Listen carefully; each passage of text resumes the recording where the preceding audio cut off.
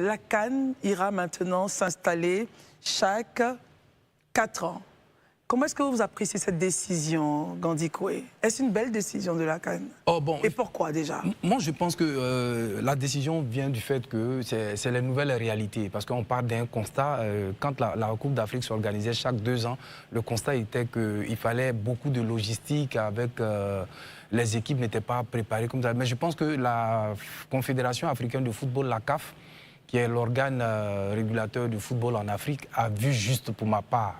Je pense que c'est compte tenu de certaines réalités. Donc moi, à ce niveau-là, je ne peux que les applaudir. C'est pour donner un peu plus d'engouement et donner aussi plus de chance aux équipes locales. Parce qu'après ça, après la CAN, chaque 4 ans, il y a une compétition qui sera organisée au niveau des équipes africaines, des équipes locales, pour leur donner un peu plus de bonus, plus de chance, en fait, pour pouvoir être encore plus compétitif au niveau mondial. Voilà. Donc moi, pour vous, c'est une belle personnellement, c'est une bonne décision. Oui. Marius, votre regard là-dessus? Écoutez, pour nous... J'avoue que...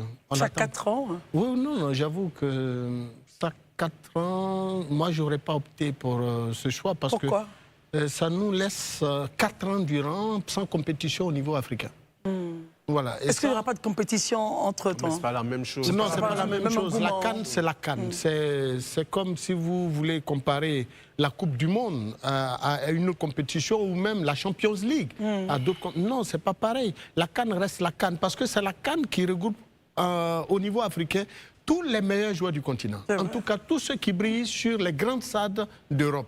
Et donc, pendant 4 ans, on ne les verra plus jouer sur nos stades, on ne les verra plus jouer. Et ça, c'est un manque à gagner pour les pays africains qui, à l'organisation, qui au travers de l'organisation de la CAN, se font une manne financière via le tourisme. Et donc, vraiment, je n'aurais pas opté pour une telle décision, mais certainement... Patrice Motsepe et son comité directeur doivent savoir les raisons qui les ont amenés, peut-être même, j'allais peut-être dire avec la pression certainement de la FIFA, hein, parce qu'on se souvient, voilà, on se souvient des propos du président de la FIFA en son temps relativement à l'organisation de la CAN.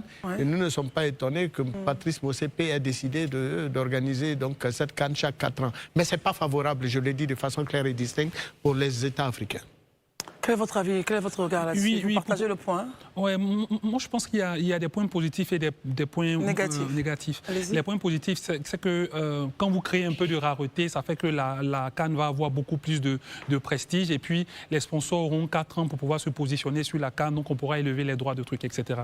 Donc, de ce point de vue-là, ça peut être intéressant.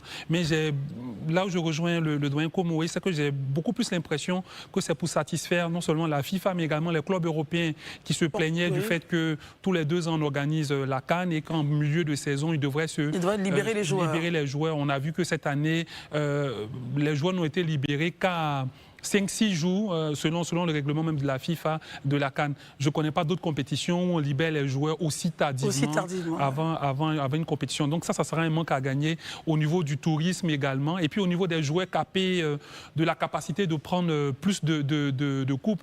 Avant, vous avez des joueurs, des défenseurs, des gardiens ou même des attaquants qui jouaient 6 CAN, 7 CAN, 8 CAN dans leur carrière. Aujourd'hui, ça sera beaucoup plus difficile de jouer, ne serait-ce que 3 CAN. Ça sera difficile pour des pays qui n'ont pas encore remporté la CAN de remporter parce que la CAN se raréfie. Donc, il faut attendre tous les 4 ans. Et si vous avez une mauvaise performance, vous devrez attendre encore 4 ans. Pour que le Mali, par exemple, ait 3 CAN comme la Côte d'Ivoire, ça risque de prendre beaucoup plus de temps. Il en remet une couche, Arnaud Goyi. Alors, il y aura quand même, entre-temps, dans le meantime, il y aura la Ligue des Nations. Docteur Barry, est-ce qu'on ne verra pas ce vide être comblé?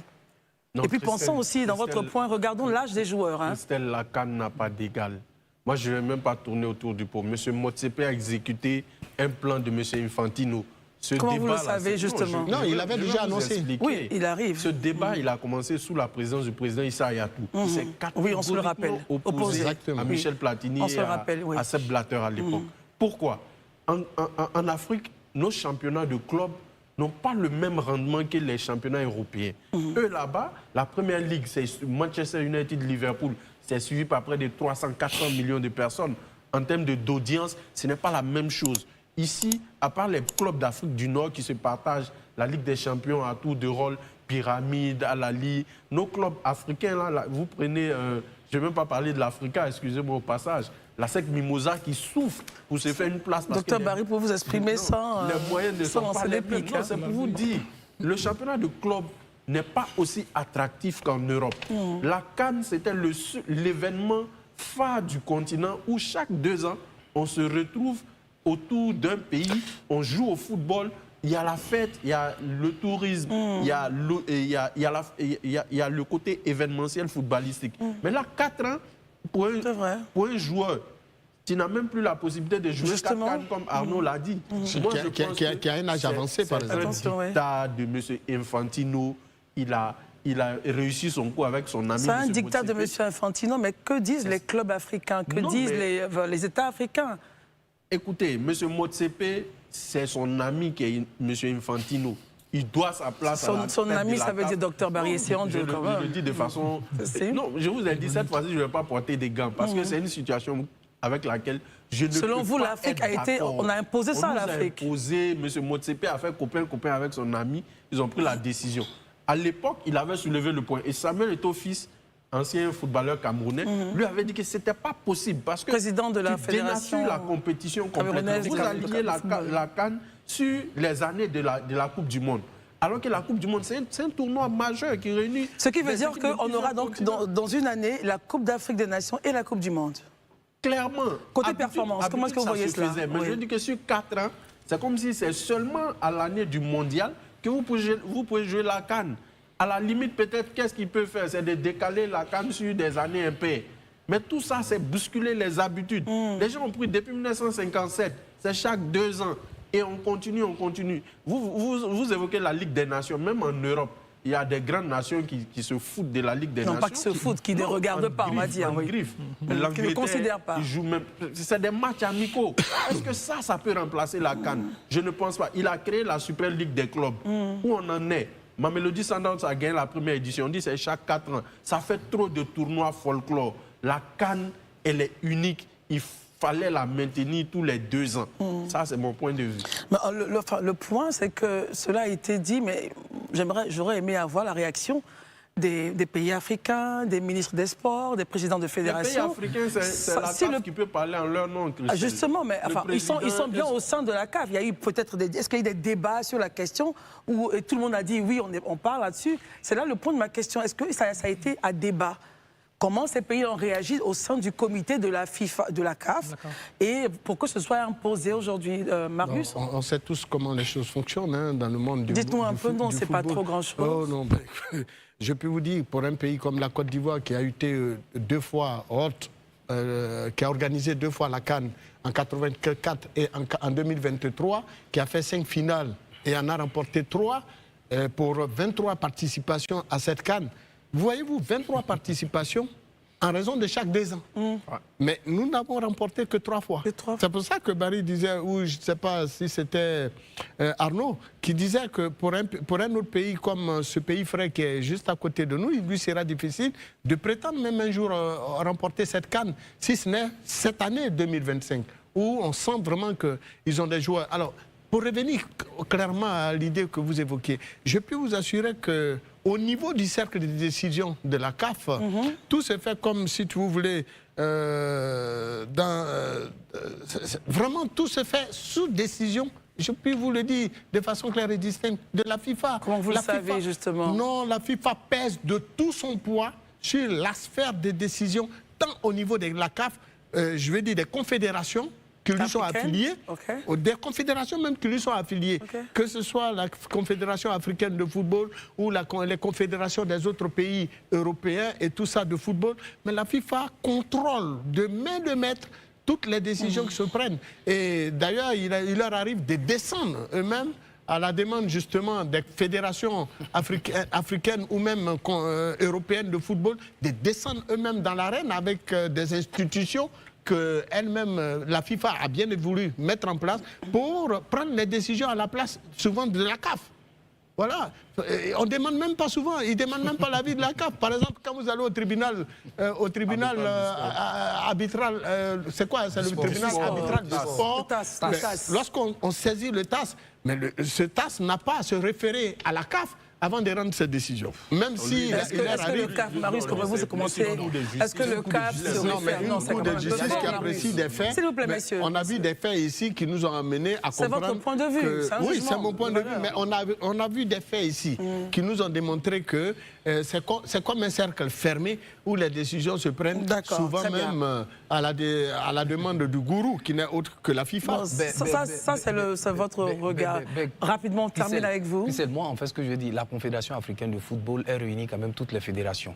Et je pense que là où il doit y avoir un sujet à débattre, toutes les autres fédérations quand même participent au débat. C'est-à-dire que ça, c'est de la spéculation que nous sommes en train de... Mais je suis convaincu que, contrairement à ce que mes confrères sont en train de dire, ce n'est pas forcément des choses imposées. Vous voyez, l'idée, c'est quoi? La Coupe d'Afrique, tous les 4 ans, parce que tout simplement, les grands pourvoyeurs, que sont les pays européens, ont leurs besoins. Donc, c'est une réalité aussi. Ça, c'est une réalité. C'est eux qui financent, c'est eux qui font plus sortir leurs besoins. Donc, c'est en fonction des besoins qu'ils ont qui s'imposent.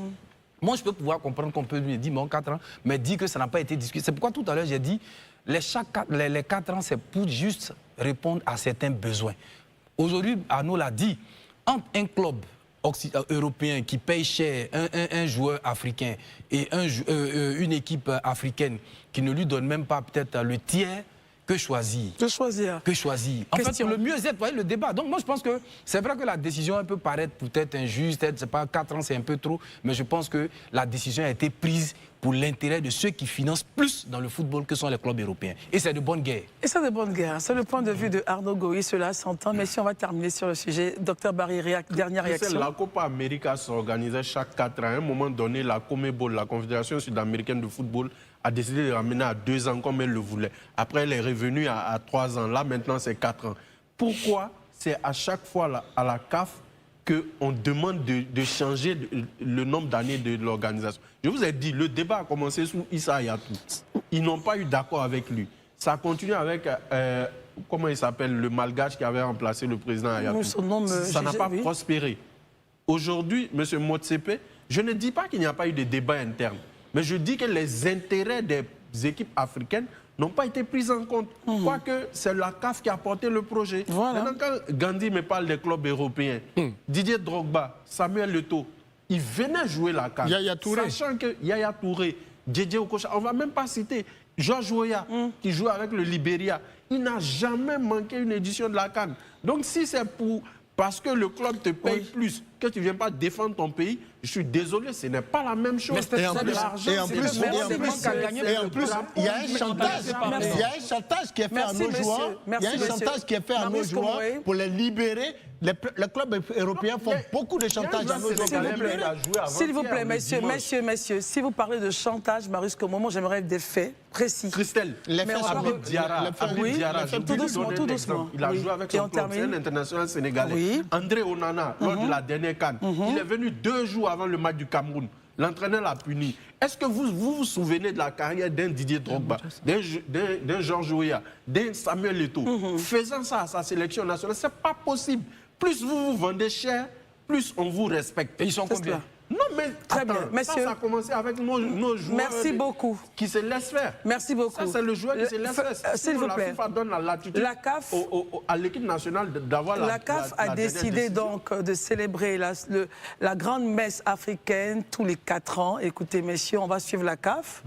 On n'a pas de moyen de pression ou de faire changer la donne, mais simplement nous permettons d'observer, d'analyser, de décrypter et puis peut-être de pousser la critique. Mais in fine, il faut que l'intérêt des clubs africains et des joueurs africains soit préservé. C'est cela. Dans cette émission ivoirienne, les experts et invités ne mâchent pas leurs mots sur cette annonce choc de la CAF.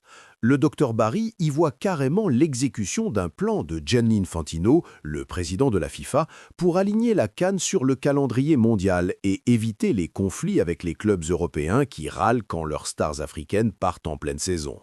Il rappelle que ce débat traîne depuis des années, mais que Motsepe, proche d'Infantino, a fini par céder en échange probablement d'avantages financiers et d'une nouvelle Ligue des Nations africaines pour combler le vide. Marius et les autres soulignent les conséquences. Moins de CAN signifie moins de revenus pour les fédérations, moins de tourisme pour les pays organisateurs et surtout moins d'opportunités pour les joueurs de briller avec leur sélection. Avant, un talent pouvait disputer 5 ou 6 CAN dans sa carrière, maintenant à peine 3.